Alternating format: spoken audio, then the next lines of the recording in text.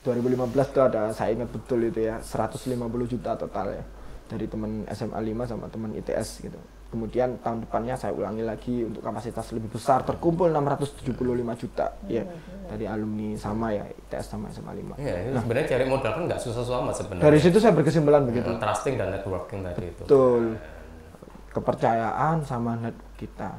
Nah, setahun berikutnya ide saya adalah justru saya lebih tertarik bagaimana kalau membantu peternakan ini di permasalahan permodalan mereka. Yang penting kepercayaan kita terus nanti akan menggulung terus gitu. Tapi ini harus lewat platform, harus lewat inovasinya harus ada. Iya, kalau enggak nanti ribet pencatatannya. Betul, akhirnya kita bikin aplikasi Nggak mungkin manual, Mas. Betul. Jadilah itu.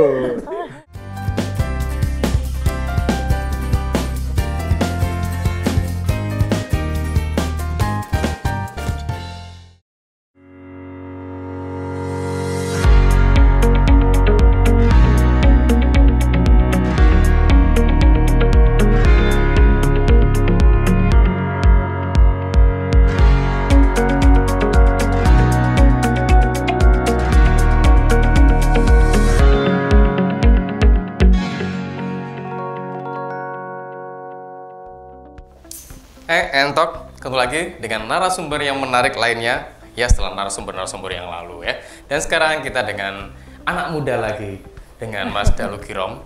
Apa profesinya Mas Dalu Girom? Itu nanti akan kita bahas sih dengan namanya sih Ternak Nesia. Apa sih Ternak Nesia dan kenapa Mas Dalu berkecimpung di Ternak Nesia? Apa kabar Mas Dalu?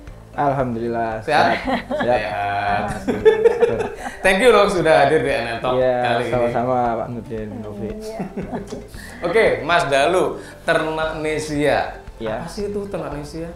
Ya, Ternak Nesia ini platform digital ya, yang menyelesaikan permasalahan supply chain peternakan dari hulu ke hilir, terutama di aspek pemasaran dan pemodalannya. Gitu. Jadi kita bermimpi bisa berdaulat di sektor pangan, terutama pangan yang bahannya itu berasal dari hasil peternakan. Karena kita tahu ya, sebagian pangan kita itu impor. Ya, padahal kekayaan alam negeri ini besar sekali gitu. Nah, contoh di peternakan ya di daging sapi, ya, susu, bahkan ini juga akan ayam ya. Padahal industrialisasi ayam di Indonesia ini sangat settle sebenarnya. Tapi kemarin kalah di perjanjian perdagangan internasional ya, berhasil. Nah, dia juga akan masuk. Nah, ini berbahaya gitu ya. Jadi kita akan menjadi akhirnya negara konsumtif gitu. Ya, walaupun ujungnya nanti kita akan, kalau ini goal ya, ini diharapkan bisa memvibrasi gerakan kedaulatan pangan yang lain ya. Karena impor pun dulu juga bertahap dari yang mungkin awalnya sektor-sektor yang berkaitan dengan daging. Sekarang bahkan sampai beras pun impor yang kita dulu nggak pernah nyangka. Udah cukup lama juga sebenarnya impor beras kan, Mas. Iya. Ini dunia mak-mak ini ya. Nah, silakan nih, Mbak. Dunia mak-mak ini kan tadi kan apa masak-memasak gitu ya. Bisa ini bisa diceritakan seperti apa sih kalau misalnya ini saya sebagai masyarakat umum itu seperti apa, sebagai pengguna atau seperti apa tuh? Iya. Atau mungkin jadi, juga yang lainnya supaya tahu nih. Baik, Ternak Nesia ini adalah sebuah platform ya. Jadi di satu sisi itu ada sisinya peternak, sektor hulu, di sisi lain ada sisinya user. Customer ya, yang kebanyakan masyarakat urban misalnya gitu. Maka platformnya pun secara aplikasi ya itu dibagi jadi dua gitu. Sama kayak inilah, gampangannya kayak teman-teman Gojek lah ya. Itu ada kita yang interface-nya itu interface pengguna gitu. Tapi kan juga ada interface-nya driver. Ya, yang kita nggak pernah tahu kayak gimana. Nah, sama peternak itu ada, terus kita user itu ada. Kalau di peternak aplikasinya itu bagaimana membantu mereka untuk memanajemen peternakannya. Jadi misal hewan masuk tanggal berapa dicatat, kemudian bobotnya berapa, terus pakannya ketersediaannya berapa. Kemudian nanti setelah setiap 1 bulan ditimbang perkembangannya berapa, di record di situ. Harapannya adalah mereka bisa memanajemen peternakannya dan mengetahui HPP dari produksinya dia itu berapa, sehingga dia nanti ketika menjual itu bisa lebih pede gitu. Ya, itu kan selama ini kelemahannya peternak kita kan, dia jual itu cuma dia membayangkan saja dulu dia kulaknya Belinya berapa, berapa, kemudian dijual. oh kira-kira iki payu gitu. Iya. Kira-kira segini nih saya masih untung. Udah Dia nggak jelas. menghitung ya pakannya, energinya, macam-macamnya. Betul. Lah melatih mereka untuk mencatat seperti itulah yang itu Sehingga penting. ketemu dengan harga yang Yang- istilahnya sesuai lah. Sesuai gitu. Dia minimal dia tahu ya costnya dia berapa Betul, gitu. sehingga tidak underprice atau overprice gitu. Betul. Dan selain itu juga dia juga di situ ada fitur dia kayak mengajukan modal atau memasarkan. Lah yang di situ akhirnya nyambung dengan sisi hilirnya kita. Misal ketika dia mengajukan modal, ini fitur pertama kita dulu ketika kita lahir. Aku butuh modal, ya, dia ngajukan, Gitu ya. ngajukan proposal, terus kita cek, oke layak untuk kita publish ke customer, kita crowdfundingkan. Jadi dulu awal itu ada yang butuh 250 juta, 500 juta, sampai sekarang terakhir tuh ya miliar gitu ada. Terus dikeroyok, di crowdfundingkan gitu ya. Jadi ada urun dananya juga di sini ya, yang fintechnya. Berjalan seiring dengan berjalannya waktu, ternyata ada beberapa proyeknya mereka ini yang kurang berhasil ya. Di antaranya apa? Permasalahan utamanya itu dibayarnya. Jadi misalnya kita udah ketemu nih dengan teman-teman peternak yang amanah gitu ya.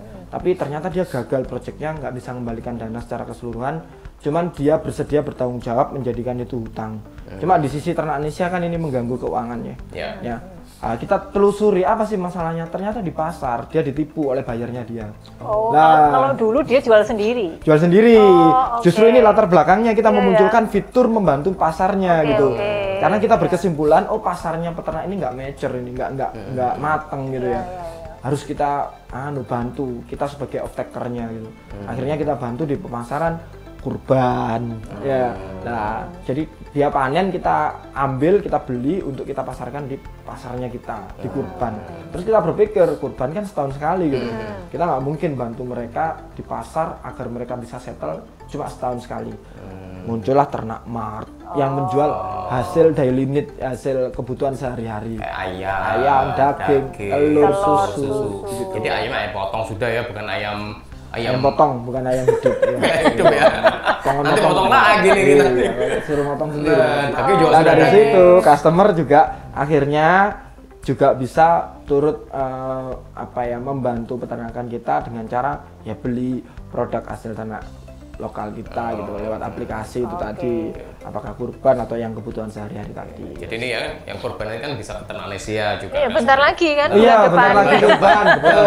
Ini sekitar hamin 40-an hari. Bulan depan, 20 Juli kan, tanggal Iya, 20. iya. Betul. Iya. Kebetulan ya. Nah, itu Lagi berarti sibuk itu. sebenarnya sudah berapa lama sih ini Ternak Ternak Indonesia Indonesia? adanya tuh. Udah berapa lama? 2017. Oh, 2017. Secara PT. Iya. Oke, Nah, oke. Secara tapi kalau faktual, aktivitas itu sebelumnya kami jualan kurban aja setiap per 2015. Oh, udah Jadi lama sebenarnya. bisnis iseng ya.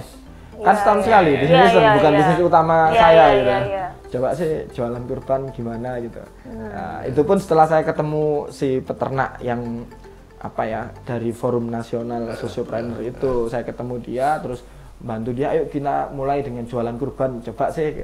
Oh ternyata lumayan juga untungnya. Terus itu saya pakai ini modalnya dibantu teman-teman saya, SMA 5, dulu saya SMA 5 ya, terus kemudian ITS gitu, yang mereka udah kerja di perusahaan-perusahaan mapan lah ya. Terus 2016 juga sama, saya terulang begitu, bisa ngumpulkan uang 670 juta dalam waktu 5 jam gitu lewat WA, grup WA. Di situ akhirnya saya berkesimpulan, oh ternyata mengumpulkan dana ini bisa cepat ya gitu. Gimana kalau ini saya ganti dengan teknologi. Nah, di 2017 itulah saya mulai serius sih untuk jadi awalnya bikin di fitur. BA gitu kan, di grup gitu kan untuk cari dana terkait dengan ternak kurban saja waktu itu kurban aja proyeknya, kan ya. proyeknya ya akhirnya kepikiran untuk switch ke suatu platform pendanaan saja saja. begitu untuk bantu peternak. Iya. Karena ternyata mengumpulkan dana itu ya mudah bagi yang ada Yang kepercayaan, ada akses, ya. ada Iya. networking, terus dipercaya Iya, gitu. iya. Itu loh pentingnya networking dan trusting gitu kan. Ya pada akhirnya saya berkesimpulan definisi bisnis nggak perlu modal itu adalah itu. Yang penting kita dipercaya, kemudian Dan networking. kita punya jaringan, kita bisa memulai dari modalnya teman-teman kita. Terus ketika itu berhasil dan ternyata mereka percaya, ya sudah mereka kayak kita kayak sebuah bank yang dananya nggak pernah ditarik oleh mereka gitu. Karena ini dana idle sebenarnya mereka. Jadi ya sudah, malah tanya ada proyek apa lagi mas, ada proyek apa lagi mas, gitu. Ada investor kita yang sekarang jumlahnya udah 5.000-an orang. Karena bagi mereka akhirnya jadi passive income. Passive income. Iya, betul. Karena itu uang dingin sih sebenarnya. Sebagian besar itu uang dingin sebenarnya. Iya, makanya passive income itu kan uang dingin. Iya benar. Oke, ini jadi sebenarnya sebuah model bisnis baru yang ya anak muda banget gitu kan. Ya, komunitas dulu kan Iya, betul, komunitas terus pakai platform Ya, seperti itu. Terus digital. menjembatani menyelesaikan ya, masalah. menyelesaikan masalah Pertama seperti ini. dengan customer, antar peternak dengan Investor. investor, sehingga jadilah suatu platform yang namanya Ternanesia, ya kan? Ada aplikasinya kan, pakai Ada apps kan gitu. aplikasinya, iya. Namanya juga Ternanesia ya, appsnya. Ternanesia apps-nya. Nah, bisa di-download di sana ya kalau misalnya Oke. mau tahu-tahu tentang Ternanesia. Atau mau belanja nih Mak nih. Ya. Ya, ini masih kepingin menggali lebih Yes. banyak ini. Sebenarnya gini kan tadi terus akhirnya menjadi sebuah bisnis gitu ya, yang model bisnis baru. Dulu tuh kuliahnya apa? Atau kalau orang mau terjun begini nih harus mulai dari mana tadi? Apakah harus kuliah peternakan nih ya atau pertanian nih ya? Atau sekolahnya dulu apa gitu? Ini kan Elektro karena ITS. Mas Dalu ini kan CEO-nya Betul. Ternanesia gitu ya. Jadi oh ternyata teknik elektro ITS. Teknik elektro itu. Nyonder ya awalnya. Saya kebetulan tidak terlalu suka dengan hardware. Jadi dulu kebetulan bidang studinya itu sistem, Informatika. tentang sistem. Namanya itu kontrol sistem. Oh, di elektro ada control system. Automatisasi ya, kontrol sistem. Jadi nggak harus nyodar-nyodar ya? Nggak Harus, ya? itu anak LK. I see. Ada power itu tentang yang listrik-listrik Ya. besar itu Ya, ya, ya, bisa ya. bayangkan. Kemudian ada Telkom, itu ada Ya, dulu Telkom ya, di bawahnya ya, elektro. ya. Itu tentang telekomunikasi khusus ya. Kemudian ada LK itu yang tentang mikro-mikro itu LK, yang nyolder, bikin alat. Kalau dulu itu. SMA kan saya ekstrakurikulernya itu nyodar-nyodar elektro. Ya. Terus jadi Identiknya itu. Ternyata nggak juga ya. Ya, Enggak kuno juga itu, di kuno dalamnya. itu. Luas ternyata. Luas. Saya sekolah zaman dulu sih ya. Oke, jadi tadi terus Elektro. timbulnya teknik elektro, terus sampai kemudian jadi bisnis itu dulu terinspirasi apa? Iya. Terus Ini lebih ke karena arah apa atau ada sejarahnya Iya, asal usulnya itu Kan pasti gimana? ada sebab musababnya sehingga Iya. turun terjun di dunia ini. Atau dulu sudah suka sejak mungkin mahasiswa di kampus sudah jadi panitia korban sehingga atau orang tuanya peternak nih. Wah, gimana? itu justru aktivitas saya sekarang itu nyambungnya lebih karena aktivitas non kuliah saya gitu. Oh, oke. Ya. Yang berhubungan dengan industri Ternanesia ini ya. Ya tadi Jadi perelektroannya lebih tadi ke arah, loh. kan saya elektro, tapi dulu saya juga seorang aktivis. Dulu saya presiden BEM di ITS. Oh, Jadi agak serem lu. Suka ngumpulin masa-masa. suka ngumpulin masa, ngumpulin, demo, suka Iya, demo, bikin Iya. petisi gitu ya. petisi, penyikapan ke pemerintah. Kebetulan waktu itu zamannya Provokator Pak lah. SBY. Iya, ya tadi nggak sempet Itu kesimpulan ada tuh. hubungannya kan. Pasti saya karena Pasti punya kan. kemampuan itu, pasti saya nggak akan suka kalau diam. Diam tuh membunuh gitu ya. Kayak, adanya harus ada apa ini gitu. Gila lo ya, memprovokasi grup aja udah dapat 600 juta. Nah, jadi kalau ditanya hubungannya apa, itu yang paling mempengaruhi justru aktivitas saya ketika di organisasi. Oh, oke. Jadi ketika Jadi saya kampus, semester 4, organisasi di semester kampus. 5 itu ketua himpunan Iya. dari elektro. Dulu kuliahnya tahun berapa tuh masuknya? 2007 masuk. Oh, 2007. Iya, Gitu. oke. Masih muda loh. Tapi kenapa saya suka organisasi? Itu titik baliknya di SMA 5 dulu. Saya ketua OSIS. SMA 5 Oh, ya sambungan, Surabaya. bukan titik Biasanya balik. gitu. Titik balik saya ketika maksudnya dulu SMP saya apatis sekali gitu loh. Oh. Hedon apatis gitu. SMP 6 dulu. SMP 6 Surabaya. iya, iya, Biasanya iya, kan iya. linear ke SMA 2. Iya, iya. Ya, ini ke SMA 5 ketemu anak-anak kayak gitu. Anak-anak aktivis, anak-anak yang ya katanya sih pinter-pinter gitu. Nah, di situ ternyata saya tertarik berorganisasi terus ditunjuk jadi ketua OSIS. Lah itu titik balik saya berorganisasi. Keterusan di Bakat kuliah. tersembunyinya mulai muncul gitu ya. Betul, untuk apa ya, pede ngomong di depan orang gitu. Kemudian di SMA 5 itu ada sesi-sesi kayak latihan debat ya gitu. Pro kontra gitu. Kemudian diajak untuk berpikir di posisi saya ini apa ya opini yang harus saya bangun kayak gitu.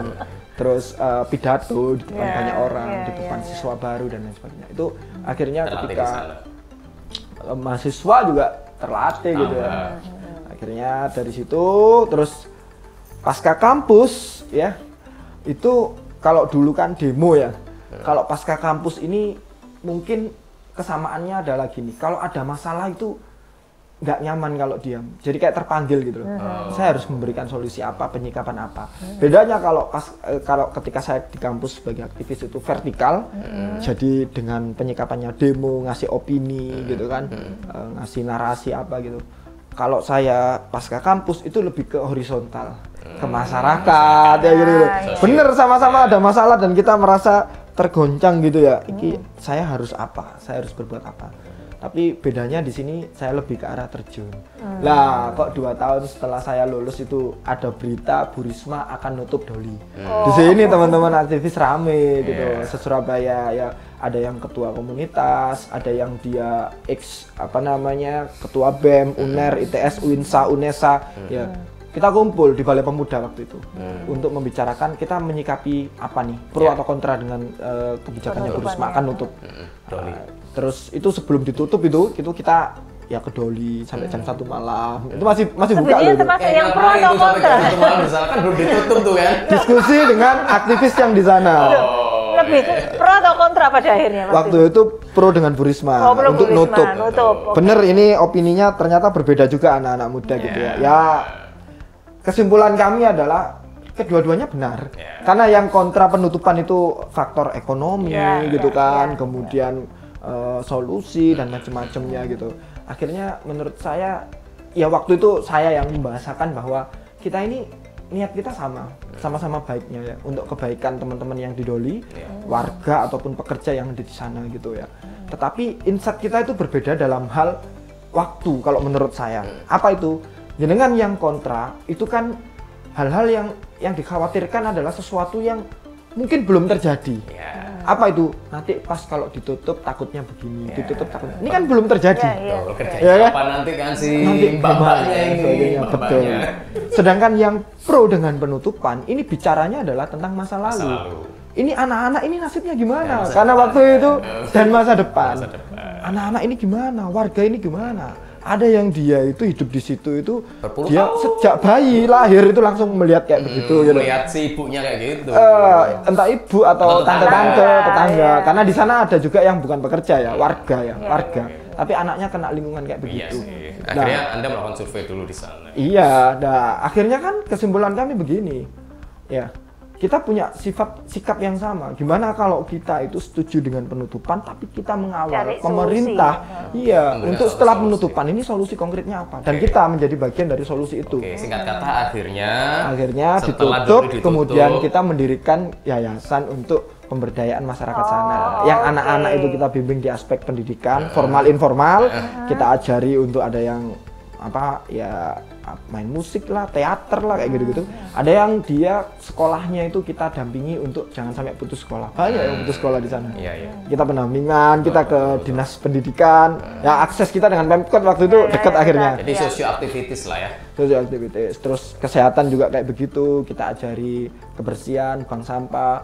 Terus kita data mereka yang butuh bantuan untuk kesehatan, daftar BPJS gratis dan lain sebagainya.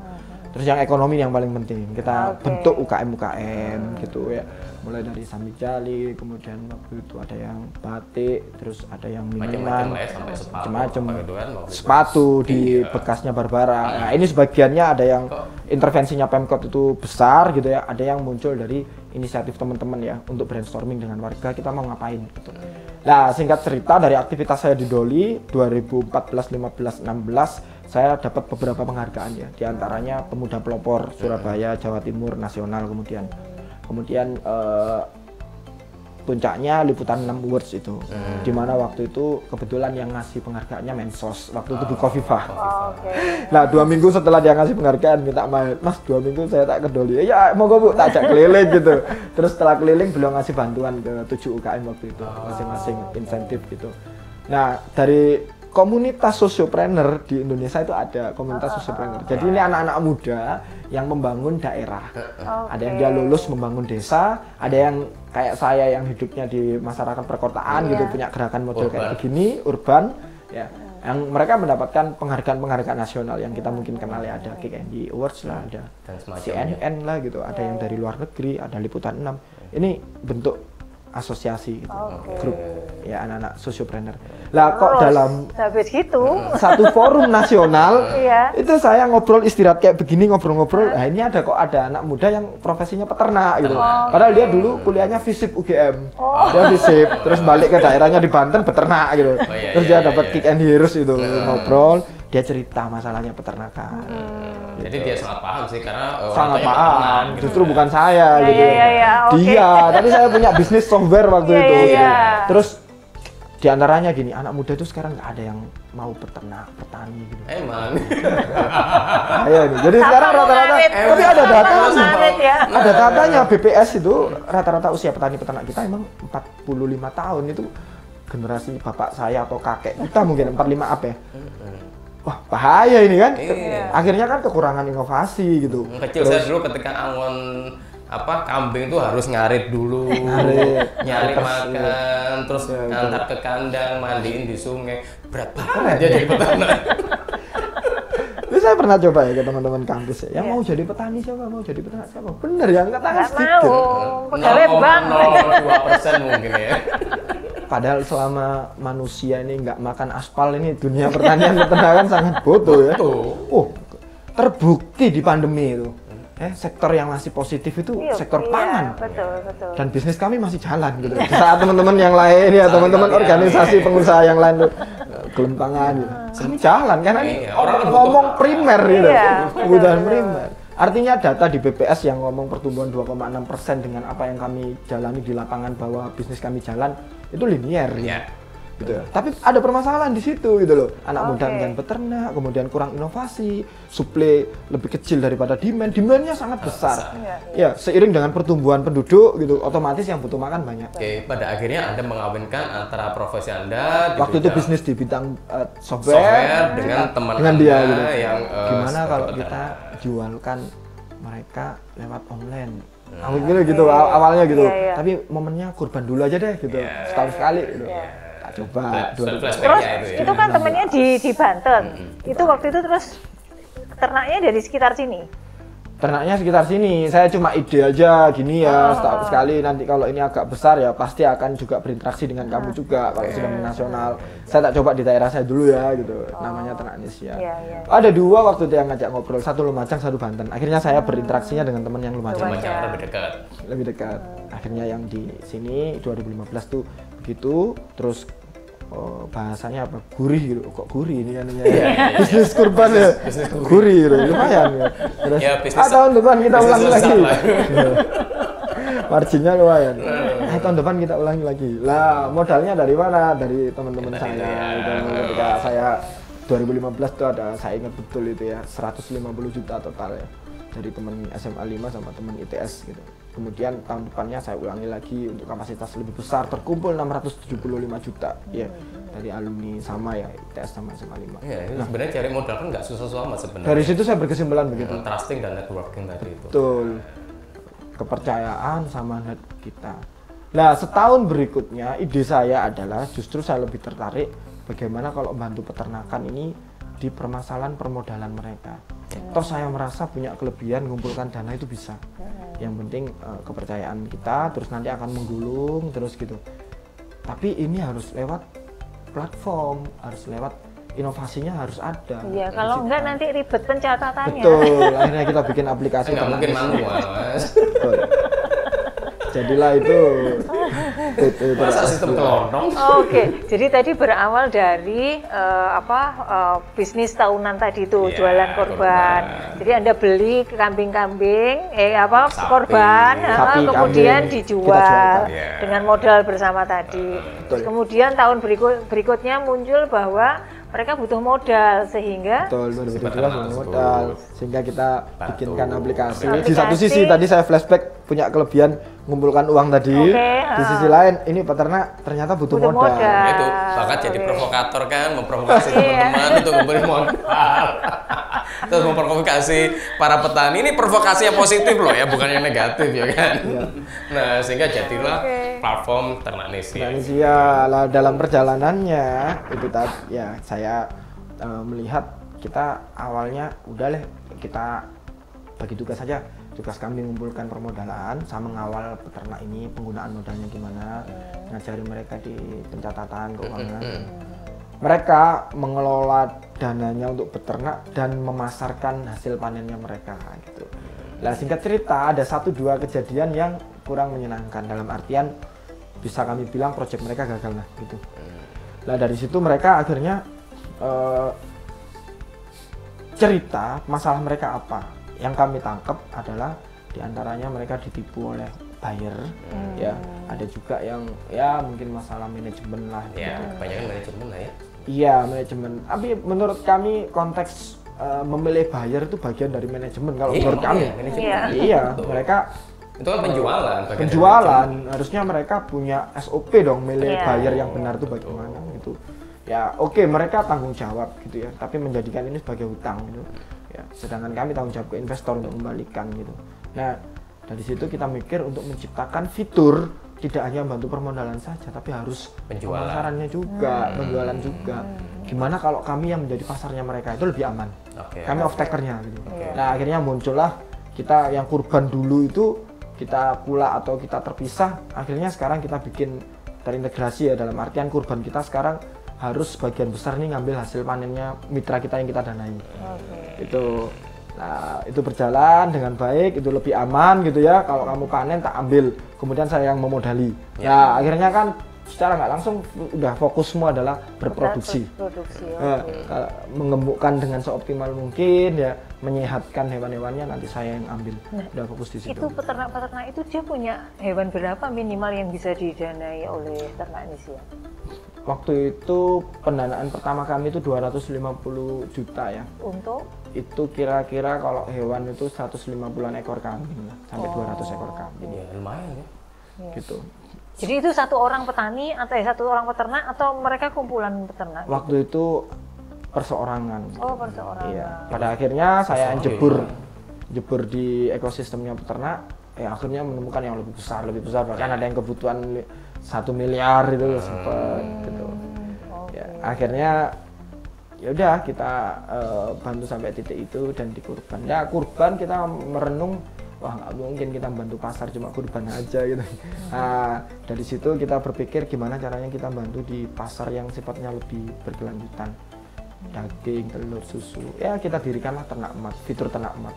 Lahirnya 2018 pertengahan. Itu aplikasi tersendiri di luar Ternak Nesia atau Di dalam Ternak Nesia, kayak Gojek ada itu ada fitur. fitur GoRed, Ya. GoFood, Oke. Berarti itu GoMassage. fitur ya. Oke, Di oke. situ Ada ada fitur. fitur ternak invest Betul. untuk mereka yang mau invest, ada ternak mart, ada smart kurban untuk yang mau kurban gitu. Jadi Ternak Nesia di dalamnya ada fitur-fitur. Oke. Ternak invest, ada Ternak mart. ternak mart dan sebagainya. Ada kurban Oh, menarik sih. gitu. Iya, iya. Nah, yang ternak emat tadi yaitu segmennya emak-emak itu tadi. Oke. Awalnya Jadi bisa langsung kirim ya ke lokasi. bisa langsung ya? kirim ke lokasi seperti itu ya. Jadi dia Collect gitu pesan, ya. kita kirim pesan, kirim begitu. Lah kok momentumnya itu ketemu di 2020 awal ya ketika emak-emak ini geser dari dia beli Secara Pasar. offline ke Pasar, pasar ya. tradisional Ya, offline terutama kan pasar. ya menjadi online gitu, nggak mau ada interaksi. Nah dari ide online itu tadi akhirnya kita merasa mereka kadang ada yang merasa berat masalah ongkir. Nah ini kan penyakitnya Iya, emak-emak iya, ya, iya. kan. Bahkan emak-emak ini Jatuhnya lebih mahal dong, ada ongkirnya. 1000 aja itu pegang. Hitung. keliling pasar gara-gara 1.000. Mending mereka capek kaki hanya demi lebih irit 500 perak. Betul itu. Nah, akhirnya kita ide apa ya yang bisa kita munculkan ya untuk menyelesaikan ini. Jadi inilah menariknya startup ya. Jadi mereka itu berangkatnya emang dari masalah, dari masalahnya user kita gitu loh. Kita berpikir memvalidasi ide itu apa ya gitu. Nah, akhirnya kita muncul ide komunitas. Waktu itu kita iseng aja keliling ke PKK ya. Itu harapannya emak-emak ini biar bisa pesan ke kita begitu. Tapi dari situ akhirnya kita bikin, oh gimana kalau PKK ini itu ada ketuanya, kemudian kita bikin pesannya itu komunal gitu. Mereka menjadi satu, dikoordinir oleh si ketua PKK. Iya, atau jadi ketua RT-nya. Provokatornya di situ. Biasanya gitu dia bukan pejabat struktural. Betul, Tapi biasanya ditunjuk. Oh ini ya yang biasanya mageng. Benar, kultural. Iya. Yang lebih kultural. Iya, istilahnya apa ya, Mbak Rekso di sana lah ya. Yang dia dapat komisi dengan dia mengkoordinir tadi. Jadi ini provokator jadi provokator di lokasi Iya, itu. betul. Kayak yang itu fotokopi, bantu fotokopi dapat free ya. Nah, dulu pernah. Saya ngalami dulu waktu mahasiswa dulu. Awalnya dari bantu fotokopi jadi profesor. Sekarang ide kami ke situ, berbasis komunitas. Ini sekarang penjualan kami terbesar dari situ. Dari komunitas tadi ngordinir anggotanya. Jadi kan Berarti sekarang di kitanya kan itu jadi hub-hub ya. Jadi di daerah mana akhirnya kita dirikanlah mini warehouse, gudang kecil kan, berupa ya disebut outlet ya iya, tapi faktanya ini lebih ke arah melayani yang online tadi karena 70% penjualan kami online. Terutama dari para CL, dari community leader atau kader pangan kita sebut. Nah, terus dari yang sekarang hub ada di Diponegoro, kita mendirikan di daerah wilayahnya Sukolilo lah gitu. Karena di sana para CL kita lumayan banyak. Nah, ide Lumayan banyak dan lumayan kedepannya kenceng ya? kita banyak dan kencang. Karena dulu kantor kami di Manyar. Sebelum pindah di Diponegoro. Nah, cuma bekasnya kan para CL itu tadi yang sudah ada sebelumnya. Akhirnya ke depan nanti ide kami adalah ini. Setiap kelurahan satu hub dan dikelilingi oleh sekian kader pangan. Belum, ide besarnya itu nanti. Cuman perwilayah Surabaya tetap Benowo gitu ya. Ganti profesi. Jadi kader pangan. Surabaya Barat dikuasai oleh Ibu Novi. Oh boleh Bu. Surabaya Barat itu terbukti Surabaya Barat itu paling tidak protes soal harga. Oh iya, Surabaya Kualitas. itu, yang penting kualitas. Dan pelayanan bener itu. Kalau Ini kita next mepet kalau gitu kita mau kok. buka Coba. hub Surabaya Barat malah. Coba kalau Surabaya Utara.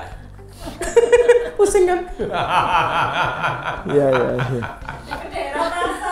Iya, dekat dropping pasar. Iya benar. Oke, jadi sebenarnya yang kita bisa tarik dari experience yang Betul.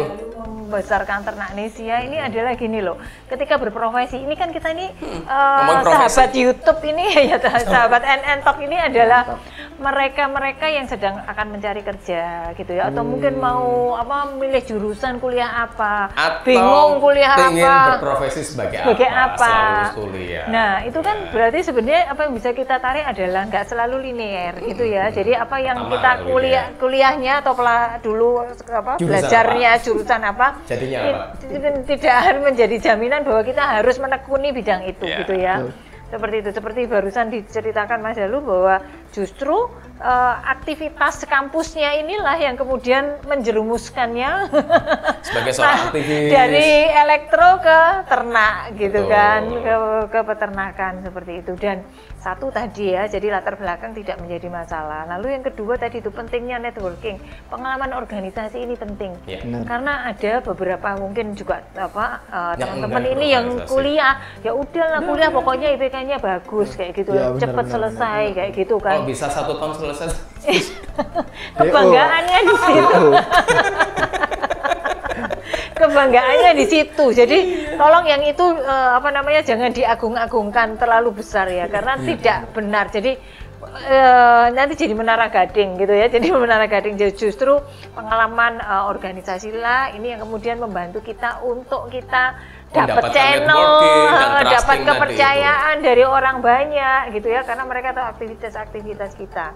Seperti itu tadi ya. Jadi itu tadi. Terus yang kemudian yang Bersosial lainnya tadi juga. bersosial, betul, bersosial itu Dan tadi. sosialnya luar biasa loh tadi. Gitu. Terus di kawasan Doli dan sebagainya. iya, dan di sana pun kemudian juga Timbul ide-ide. timbul ide-ide yang kemudian kan gini, sebenarnya apa ya, kalau mau dibilang sukses itu adalah persiapan ketemu dengan kesiapan, gitu ya, rencana ketemu dengan Betul. apa namanya kesiapan.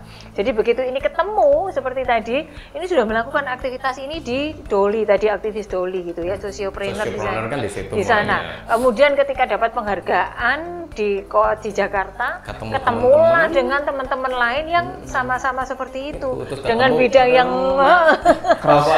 awalnya bukan seorang peternak, ketemu Iya. peternak. Ketemu peternak. Ya kan, akhirnya kawin lah, jadinya seperti ini, Malaysia gitu kan. Jadi ternyata aktivitas-aktivitas di luar itu, berkomunitas, bersosial, itu yang akhirnya ketemu ide untuk menjadi suatu profesi, yaitu sebagai pengusaha di bidang peternakan. Salah satunya kan di bidang itu. dan ya itu tadi sebenarnya tadi tuh apapun sebenarnya profesi kita, kalau kita jadi solusi maker gitu ya. Berangkat dari problem ya. Berangkat dari Nah, ini problemnya problem mama, mama, petani, betul. Pokoknya kemudian tujuannya memang apa namanya positif, membantu, memberikan solusi kepada mereka, maka Akhirnya jadi suatu bisnis. jadilah seperti itu gitu ya. Jadi dan ketika bisnisnya punya value gitu. Iya, iya. value bagi si peternaknya atau petaninya, juga value bagi Customer. Iya, betul. dan Jadi yang pasti adalah halal ya. Nah, itu nilai yang kami jual juga. Oke. Karena hasil ternak ini kan Sensitif ya untuk itu. sensitif. Ini halal nggak ya gitu. Kalau orang makan nasi atau ikan kan makan aja, temennya gratis misalnya. Tapi kalau Lagi ada terinya ya, diteri teman, diteri tetangga. wah itu. Kalau daging, ayam, Kan itu kan sensitif. isunya isu ini halal nggak ya gitu. Kehadiran kami atau value kami yang kami jual ke customer itu adalah kepastian halal itu. Oke. Jadi produk kita itu bisa di track ketika di scan ini dari rumah potong mana, bahkan nanti impian kami itu sampai bisa juga ini dari peternak siapa, sehingga ada kejelasan alurnya, masa lalunya gitu. Ya rumah potongnya halal apa enggak, terus nantinya ini peternakannya halal apa enggak, bahkan kami bikin begitu nanti. Oke. Dan akhirnya kedepannya adalah akan bikin sub-hub di kelurahan-kelurahan atau di PKK. hilir benar. Terus kalau ditarik di hulu, akhirnya kan ketika hubnya kita banyak, kebutuhan besar, maka sapi yang kita potong, ayam yang kita potong, telur yang dibutuhkan kan banyak. Akhirnya kita memberdayakan sekian peternak juga. Lah, nggak langsungnya begitu hubungannya. Bisnis kecil loh. Dari loh, iya dan cepet kan mulainya dari 2017.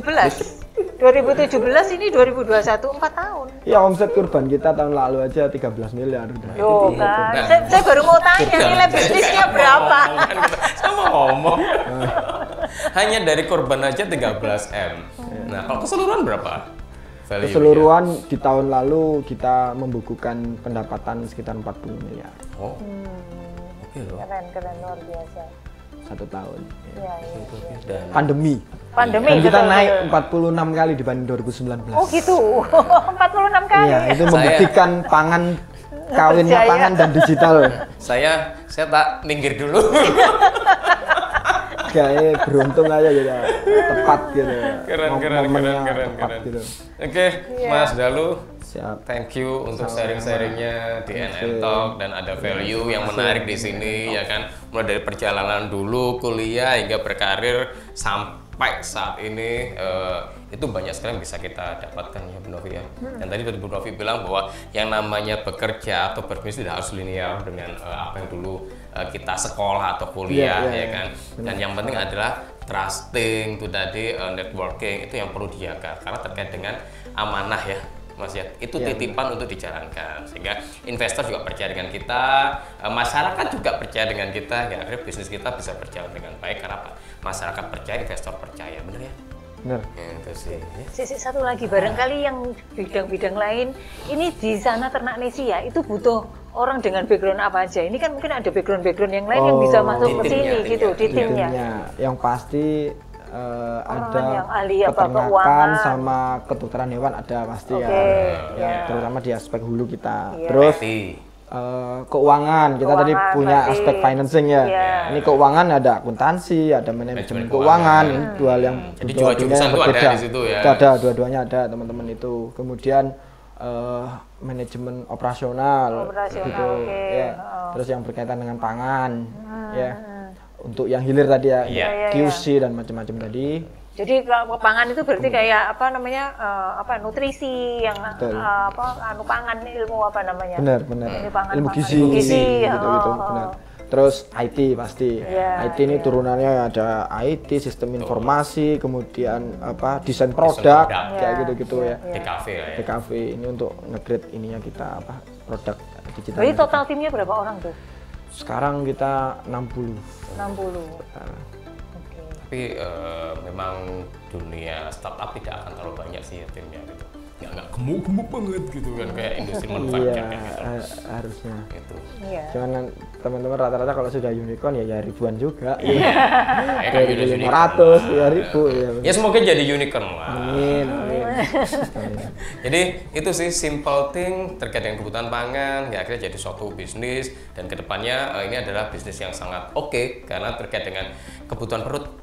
Nah dan setiap saat kita harus diasup untuk makan. Jadi itu sih Entok ya. Thank you untuk Praxis dan kita sekarang lagi ada di show unitnya dari Praxis ya Bu Novi ya. Iya. Dan keren banget, cozy banget tempatnya. Iya, dari sini kita bisa memandang kota gitu ya. Sambil nonton TV, sambil makan malam, makan siang, kita bisa nonton kota Sambil Surabaya. habis ini kita layar-layar di sini. Ada 2 kamar soalnya. Ya, jangan lupa untuk like, komen, dan subscribe channel ini karena insya Allah kami akan selalu memberikan informasi-informasi atau konten-konten yang valuable ya Mas Girom seperti saat ini. Dan sampai jumpa lagi di episode berikutnya dengan narasumber yang menarik berikutnya atau materi dari kita berdua, Bu Novi dan saya sendiri yang juga menarik ya. Oke, thank you sekali lagi. Sama-sama. Terima kasih Mas, sukses terus. Ya, Yeay. ya, sampai jumpa ya Entok.